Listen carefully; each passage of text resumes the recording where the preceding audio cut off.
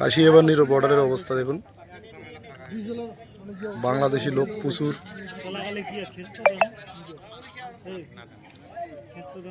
বর্ডারের ওইদিকে পালা হয়ে আছে।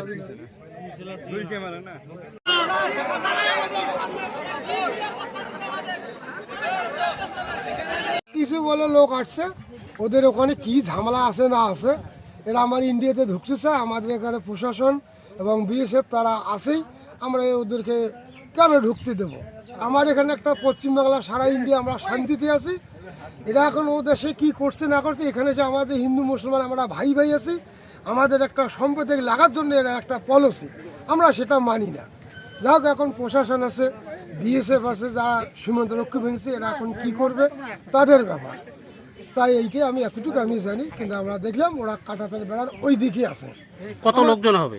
মোটামুটি 1000-12 এইরকম হবে মোটা, আমরা তো ওখানে জানি একটা আন্দাজ আর কি। কি নাম আপনার? আমার নাম মোতালেম মিয়া।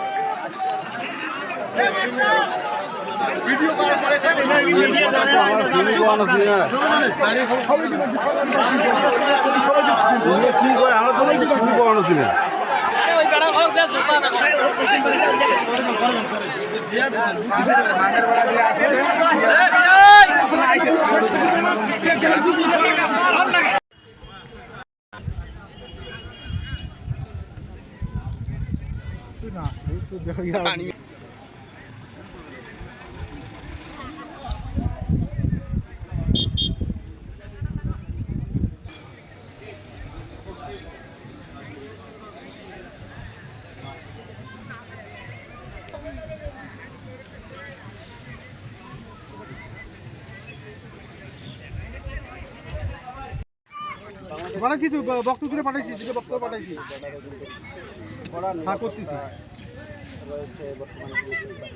এখান থেকে আসবে রাস্তাটা নিচে থাকলে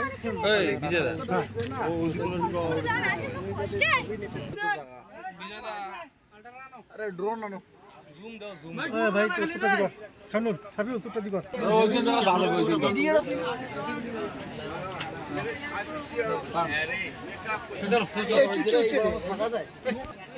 এখানে বারবার দেখান এলা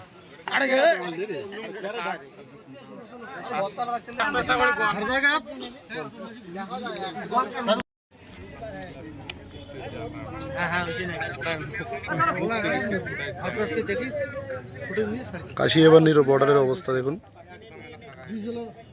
বাংলাদেশি লোক প্রচুর।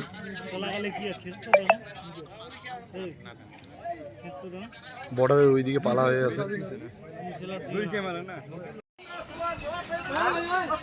কারো সাগাই নাই, ওই জন্য ফোন টোন করো, খবরটা শুনি।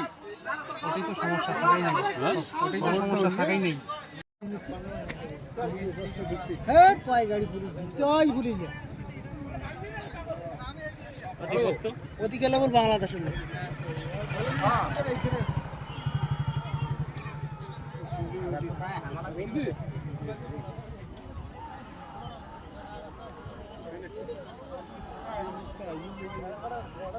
कैमरे आगे ऐसे नीचे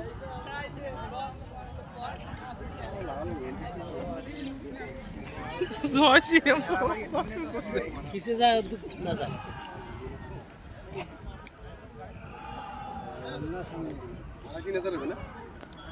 वो बेशी